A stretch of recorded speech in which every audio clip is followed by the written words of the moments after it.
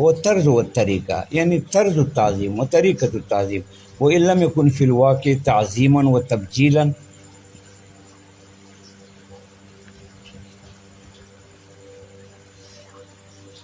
فهذا التوجيه غير صحيح، لأنه على هذا يدخل الاستهزاء أيضا في تعريف الحمد، لأن الطرز والطريقة أي طرز التعظيم وطريقة التعظيم الظاهري والباطني يوجد في الاستهزاء أيضا، فلا يخرج الاستهزاء عن تعريف الحمد، مع أن إخراج ضروري، لأن الاستهزاء ليس من أفراد الحمد. فعلم أن الجهة هنا بمعنى العلة لا بمعنى الطرز والطريقة، أي يكون بيان جمال المحمود متلبسا بعلة، ويكون بيان جمال المحمود بسبب علة في الواقع، وهو التعظيم الظاهري والباطني، فخرج الاستهزاء، لأنه لا يكون هنا هذا العلة في نفس الأمر عن التعظيم الظاهري والتبجيل، وإن كان في الطرز والطريقة التعظيم الظاهري والتبجيل، لكن لا يكون فيه علة في الواقع وهو التعظيم الظاهري والباطني، فخرج الاستهزاء.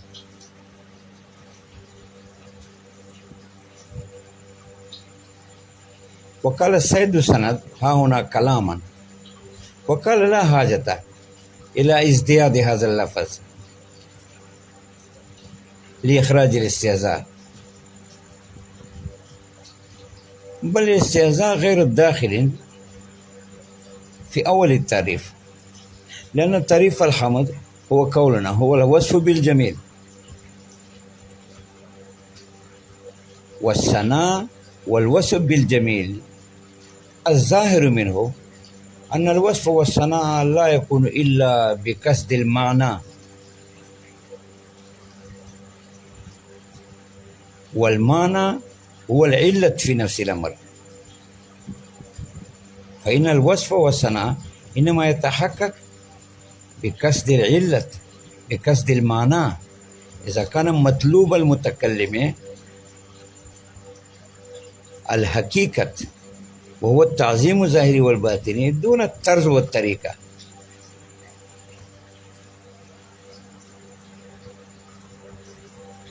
فقد خرج الاستهزاء والسخرية من تعريف الحمد من الابتداء عن الوصف بالجميل، ولا حاجة إلى إخراج الاستهزاء إلى هذا القيد عن جهة التعظيم والتبجيل. فإن قلت فما يكون المراد على هذا التقدير؟ يعني على تقدير ما قال السيد سند أن الاستهزاء والسخرية قد خرج من بدء التعريف، أي من قوله هو الوصف بالجميل، لأن المتبادر من الوصف بالجميل أن يكون محمولا على الحقيقة والمعنى لا على الطرز والطريقة، فقد خرج الاستهزاء والسخرية من ابتداء التعريف، فيكون على ما أراد الشارع السيد سند لفظ جهة التعظيم والتبجيل لغوا، والجواب ليس اللغو، بل هذا بيان حقيقة التعريف. إن قد يكون الأجزاء المأخوذة في التعريف قيودا اتفاقية ويكون بيانا للواقع، وقد يكون قيودا احترازية، فهذه القيد عن جهة التعظيم والتبجيل على ما قال السيد سند قيد واقعي لا قيد احترازي.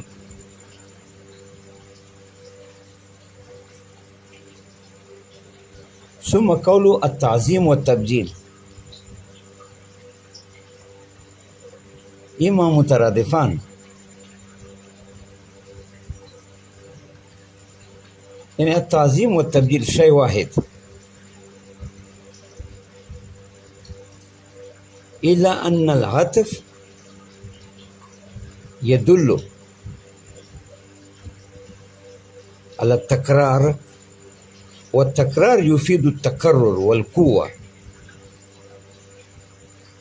بأن يكون المراد من التعظيم والتبجيل هو التعظيم والتبجيل القوي والفرد الكامل، وما يكون ظاهرا وباطنا، أو محمول أحدهما على الظاهري والآخر على الباطني، لأن الأصل في لطف المغايرة.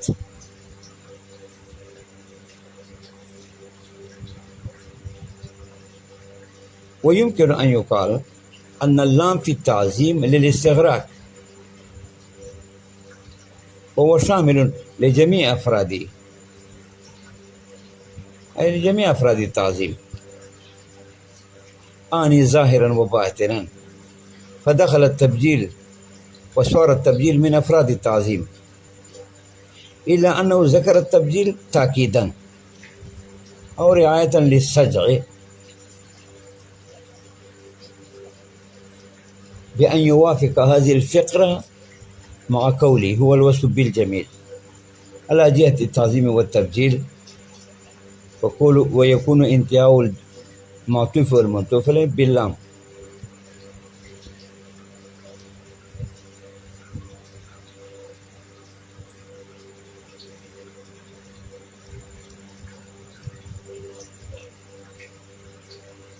ثم قال المصنف بعد بيان هذه الحقيقة والمراد بالجميل الاختياري، يريد الشارع ها هنا أن الجميل في تعريف الحمد محمودا به،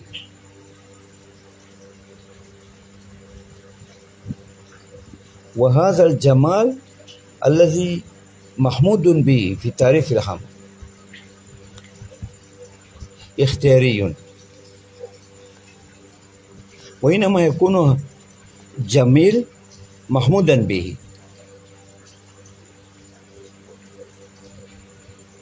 بمعنى ما حمد به، وأسند هذا الجمال في لسان الحامد إلى المحمود، فالوصف الحسن المسند إلى المحمود بلسان الحامد هو المحمود به. فالجميل في تعريف الحمد محمود به، أي ما حمد به، أي ما حمد به، أي بهذه الصفة باللسان، بأن يكون في اللسان هذا الوصف مسندا إلى المحمود. والوصف الحسن المسند إلى المحمود هو المحمود به، فالمراد من الجميل المحمود به. فيدعي الشارع ها هنا أن المراد من الجميل عن المحمود به هو الاختياري،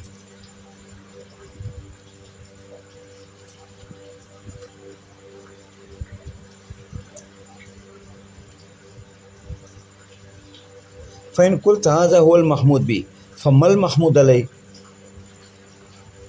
والجواب أن المحمود به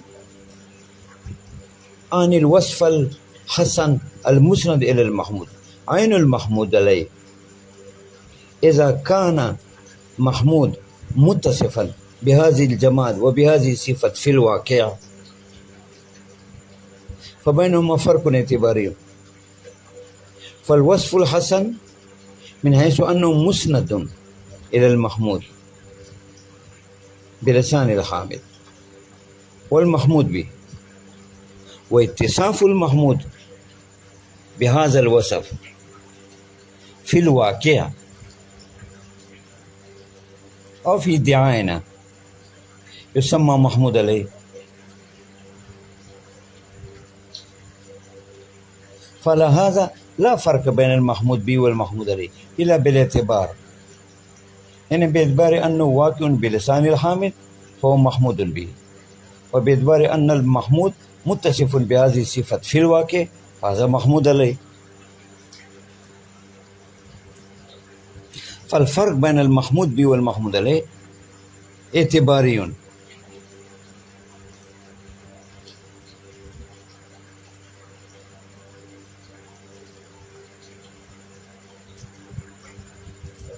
وبعضهم قال أن المحمود به هو الوصف الحسن المنسوب إلى المحمود بلسان الحامد، وأما المحمود عليه فما يكون مدخولا لكلمة أعلى. فبين المحمود به والمحمود عليه على هذا التقدير عموم وخصوص مطلقا، لأن كل ما كان محمود عليه أي ما كان مدخولا لكلمة أعلى فهو وصف حسن منسوب إلى المحمود دون العكس، لأنه يمكن أن يكون وصفا حسنا مسندا إلى المحمود ولا يكون مدخولا لكلمة أعلى. فالمحمود به أعم مطلقا من المحمود عليه على هذا التقدير.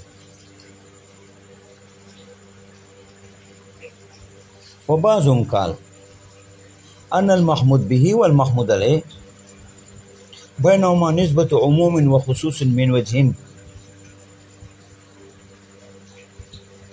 حيث أن المحمود به هو الوصف الحسن المسند إلى المحمود بلسان الحامد، وأما المحمود عليه فما كان باعثا على الحمد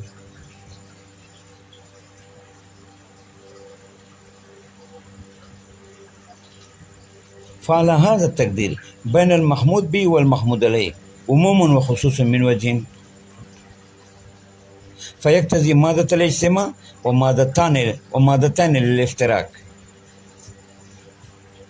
فمادة الاجتماع كما إذا أعطيت من أمر درهما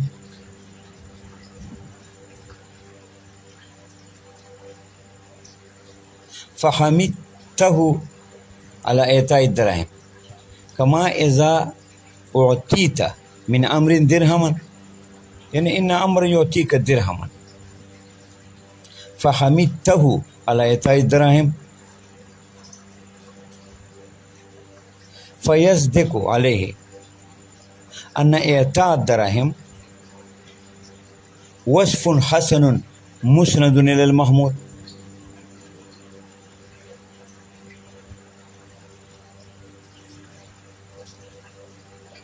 فهذا هو الوصف الحسن مسند إلى المحمود. وإن حمدته في هذه الصورة على علمه فالمحمود به هو العلم والمحمود عليه هو إعطاء الدراهم، فقد افترقا في هذين المادتين.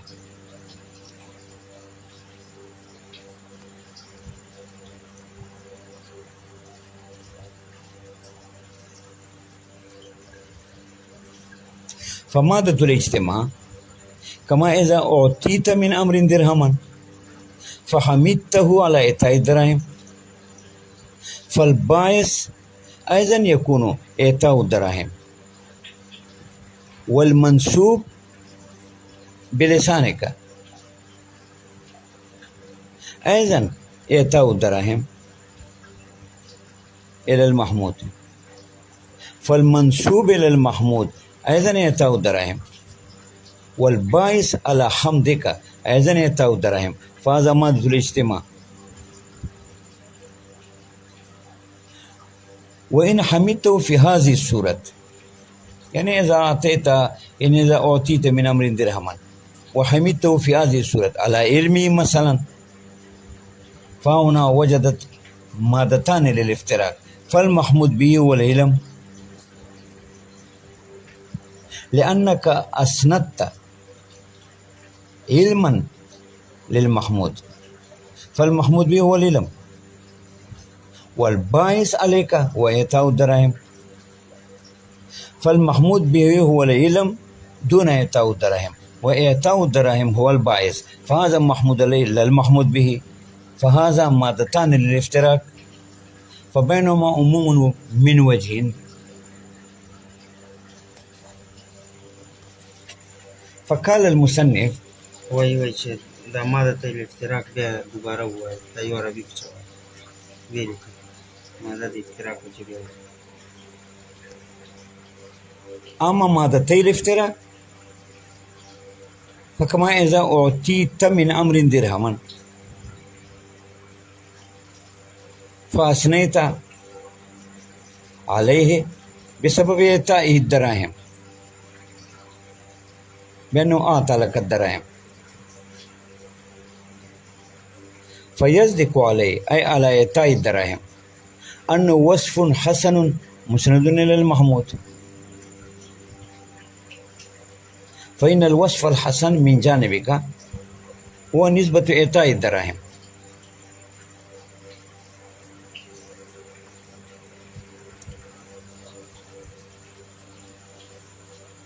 فالباعث عليك أيضا إعطاء الدراهم، وأسندت أيضا إلى المحمود إعطاء الدراهم، فهذا مادة الاجتماع. أما إذا أعطيت من أمر درهما وحمدته في هذه السورة على علمه،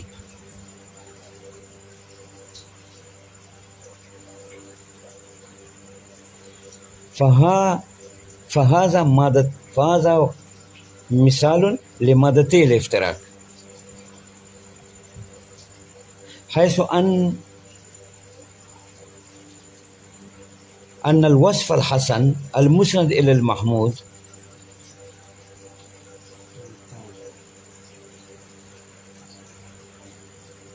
والعلم هو إعطاء والعلم والدرس.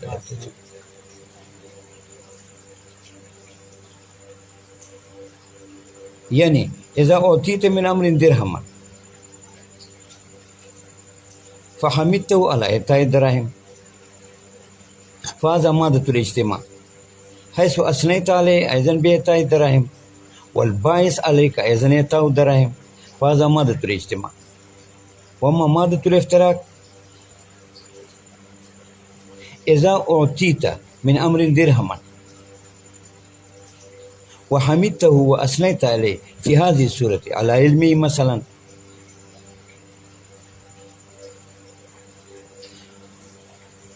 فالمنسوب من الحامد إلى المحمود هو العلم، لأنك أثنيت عليه في هذه السورة على علمه، فالمحمود به هو العلم لأنه المنسوب من الحامد إلى المحمود،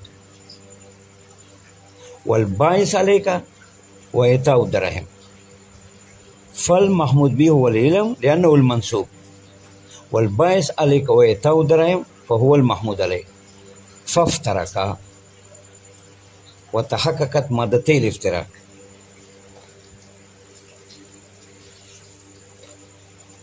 ثم قال المصنف: والمراد بالجميل الاختياري، يعني يريد الشارع أن الجمال الذي وقع في تعريف الحمد ووقع محمودا به في التعريف، لأنه مدخول من كلمة الباء، ومدخول كلمة الباء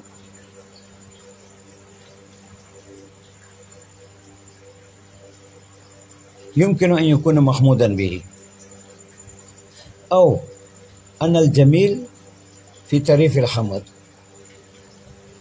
هو الوصف الحسن المسند إلى المحمود من الحامد، فالوصف الحسن المنسوب من الحامد إلى المحمود هو المحمود به، فالجميل في تعريف الحمد محمود به، إما بأنه مدخول لكلمة الباء، أو لأنه وصف حسن مسند إلى المحمود من الحامد، فبهذين الاعتبارين الجمال في تعريف الحمد محمود به، فيدعي الشارع أن المراد من الجميل الذي وقع في تعريف الحمد هو الاختياري، بأن يكون في اختيار المحمود.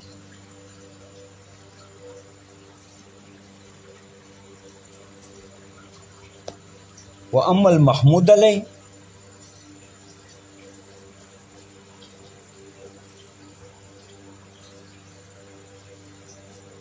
في هذا القول، يعني أما المحمود عليه عند صاحب هذا القول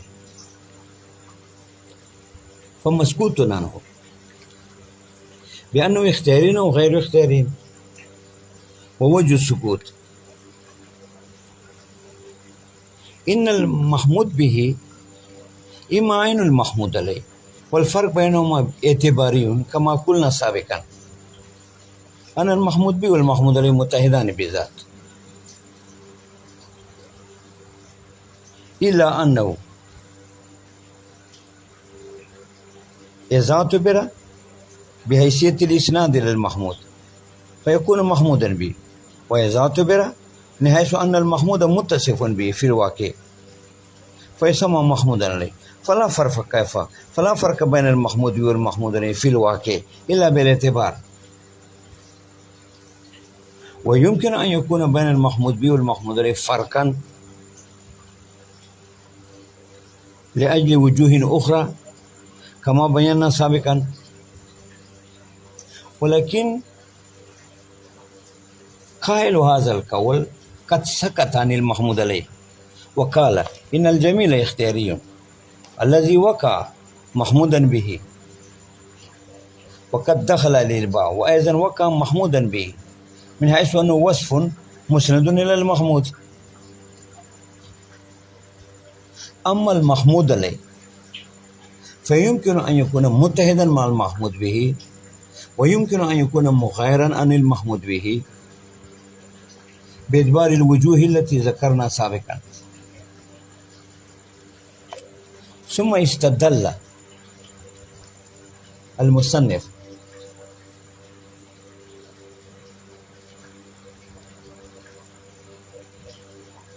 لقول هذا القائل بقولي لأنه صفة للفعل ولا يكون إلا بالاختيار.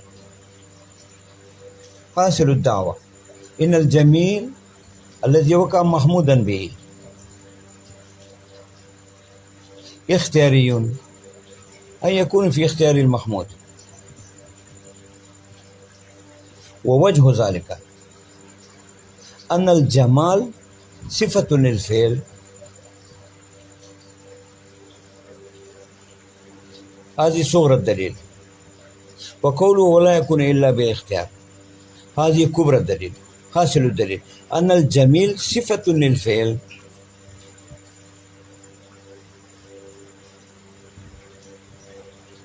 والفعل لا يكون إلا بالاختيار، فينتج أن الجميل صفة لما لا يكون إلا بالاختيار. ثم نجعل هذه النتيجة صغرى الدليل ونقول أن الجميل صفة لما لا يكون إلا بالاختيار، وكل صفة للاختياري فهو اختياري ينتج فالجميل اختياري. فهذا هو القياس المساواة.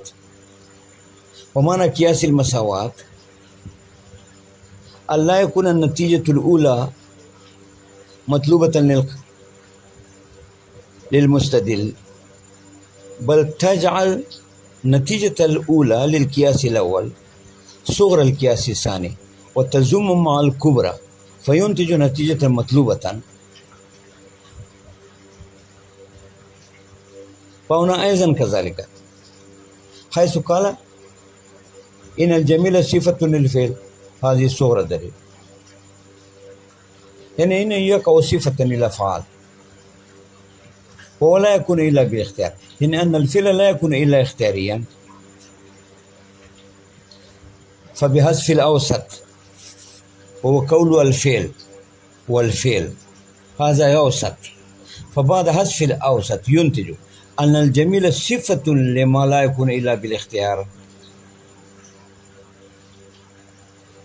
وهذه ليست نتيجة مطلوبة للقائل، لأنه حصلت النتيجة هكذا، أن الجميل صفة لما لا يكون إلا بالاختيار، والمدعى كان أن الجميل بنفسه اختياري، فما حصل المطلوب إلا أن نجعل هذه النتيجة صغرى الدليل ونقول إن الجميل صفة لما لا يكون إلا بالاختيار، ونزوم مع الكبرى ونقول وكل ما هو صفة لما لا يكون إلا بالاختيار فهو اختياري، ينتج أن الجميل اختياري وهو المطلوب.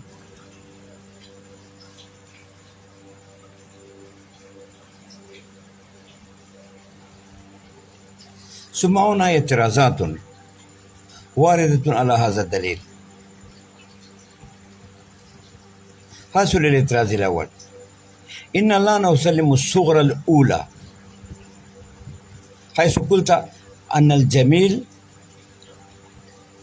صفة للفعل، هذا كان صغرى الدليل الأول، فلا نسلم أن الجميل صفة للفعل، فإن الجميل قد يكون صفة لغير الفعل أيضا، كما نقول رجل جميل، فالجميل وقع صفة للرجل، وكما ورد في الحديث الله جميل يحب الجمال، فالجميل وقع صفة لله سبحانه وتعالى لا للفعل. هذا هو الاعتراض على الصغرى الأولى في الدليل الأول. ولو سلمنا هذه الصغرى ونقول أن الجميل صفة للفعل صحيح بناء على الغالب،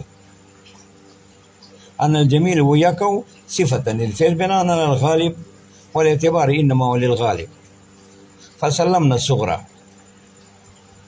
ولكن لا نسلم الكبرى الأولى في الدليل الأول، حيث قلت ولا يكون إلا بالاختيار، إن الفعل لا يكون إلا بالاختيار، لا نسلم هذه الكبرى، لأن الفعل كما يكون اختياريا كذلك يكون غير اختياريا أيضا.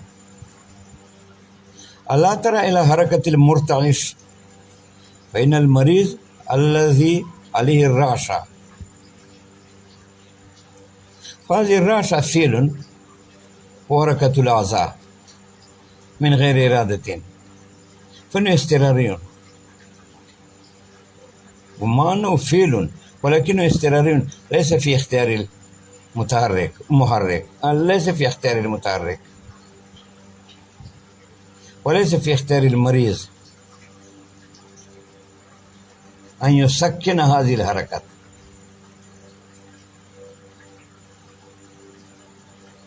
ولو سلمنا هذه الكبرى أيضا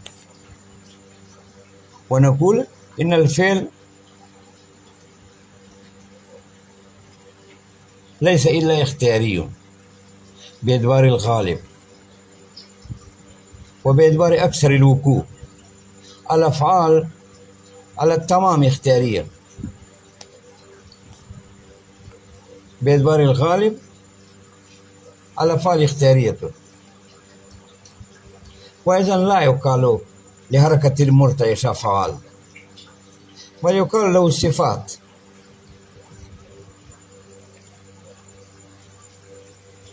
فسلمنا هذه الكبرى أيضا، ولكن لا نسلم كبرى القياس الثاني.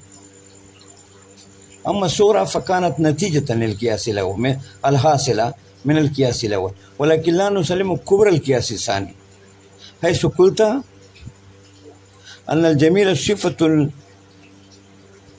لما لا يكون إلا بالاختيار، وكل ما هو صفة للاختيار فهو اختياري، فالجميل اختياري. لا نسلم هذه الكبرى بأن ما يكون صفة للاختيار فهو اختياري، هذه الكبرى ممنوعة. أما ترى أن الصلاة اختياري، وحسن الصلاة صفة للصلاة ليس في اختيار المصلي،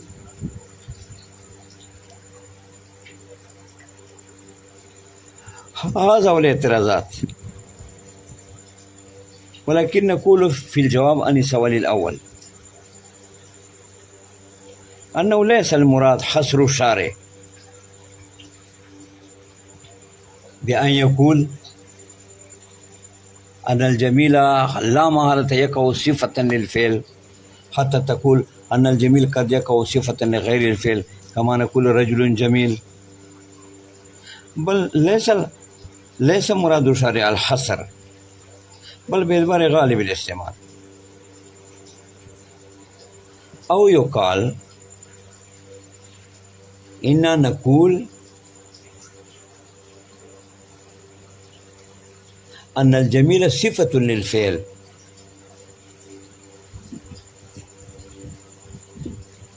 فالمراد